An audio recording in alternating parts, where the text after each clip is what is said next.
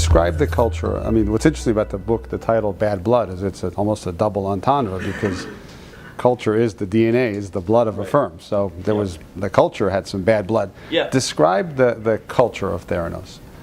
Well, What behaviors were celebrated? What behaviors were disciplined? What kinds of people flourished there? What was to us, culture is how things really happen in this place. So, how did things really happen? So I've been asked at times during my book tour whether the company could have ever realized her vision, and probably not, because the technical hurdles are so great. And we could talk about that if you want, but the hurdles around capillary samples and the tiny volumes of blood. But she might have gotten closer to it had the culture of this firm not been so toxic. And that culture was from a very early date, almost from the beginning, she was very secretive.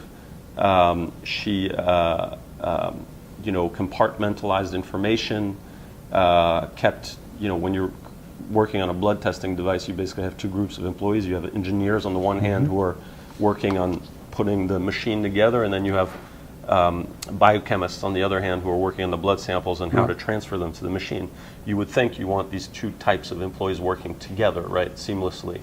But she would actually keep them apart from each other.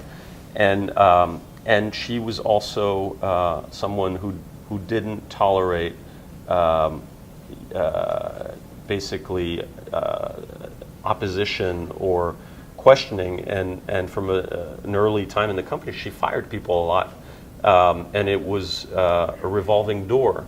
And then all these characteristics, I think, went into overdrive once her secret boyfriend, Sonny, joined the company in early 2009.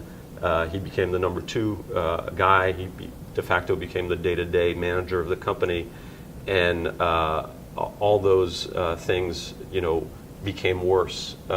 He became the hatchet man. He was the one who fired people all the time. Also, the threat of litigation was always in the air. Elizabeth had proven early on by suing 3 former employees in late 2007 that she was willing to go there and to sue. And then she had sued her ex-neighbor over a patent, and she had used David Boies to steamroll him. And so it was clear that she and Sonny would never hesitate if they needed to take someone to court and to bankrupt them in the process. And that threat was always in the air and always in the back of people's minds. And a lot of people have also asked me, how did ex-employees and current employees stay silent for so long? Well, that partly explains it. There was this atmosphere of fear and intimidation, and they feared that if they were ever to blow the whistle to a regulator or to the board or even to the media, that Sonny and Elizabeth would be coming after them with David Boies leading the charge.